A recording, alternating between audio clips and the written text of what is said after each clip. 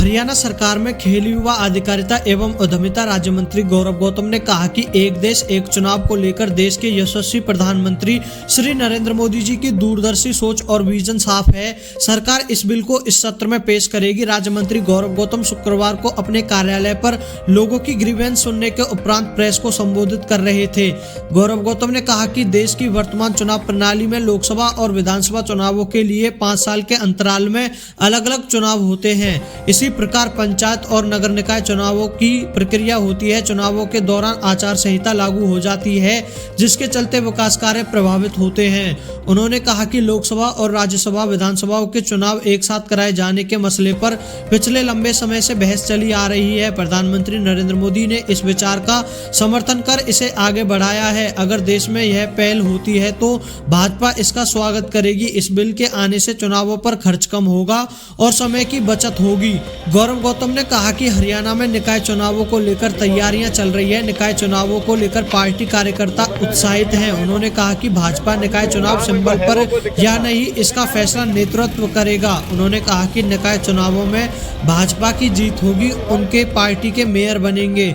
गौरव गौतम ने कहा कि किसानों को पंजाब में जाकर आंदोलन करना चाहिए। पंजाब सरकार किसानों के साथ गलत व्यवहार कर रही है। उन्होंने कहा कि हरियाणा देश का पहला ऐसा राज्य है जहां पर किसानों की फसलों को एमएसपी पर खरीदा जा रहा है। कांग्रेस पार्टी किसानों को बरगलाने का काम कर रही है। उन्होंने कहा कि देश व प्रदेश की जनता ने कांग्रेस पार्टी को पूरी तरह से नकार दिया है। वो एक हमारे देश के यशस्वी प्रधानमंत्री आदरणीय श्री नरेंद्र मोदी जी के दूरदर्शी सोच और उनके विजन के साथ जिस प्रकार से उन्होंने ये काम करने की प्रयास और इसको शायद मुझे लगता है आगे लेकर जाएंगे, एक बहुत अच्छा सराहनीय काम है।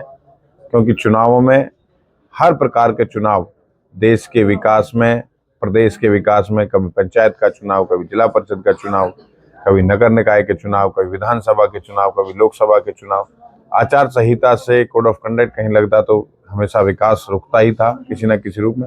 अगर ये पहल होती है देश में तो हम इसका स्वागत करेंगे।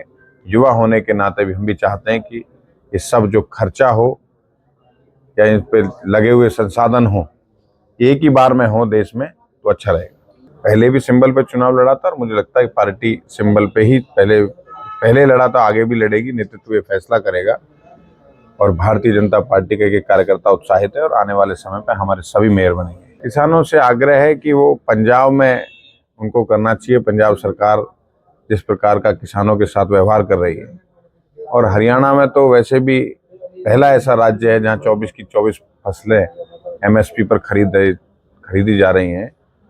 कांग्रेस के लोग हमेशा कभी किसानों को, कभी खिलाड़ियों को अपना राजनीतिक हथियार बनाने का प्रयास करते हैं, लेकिन देश की और प्रदेश की जनता उनको नकार देती है।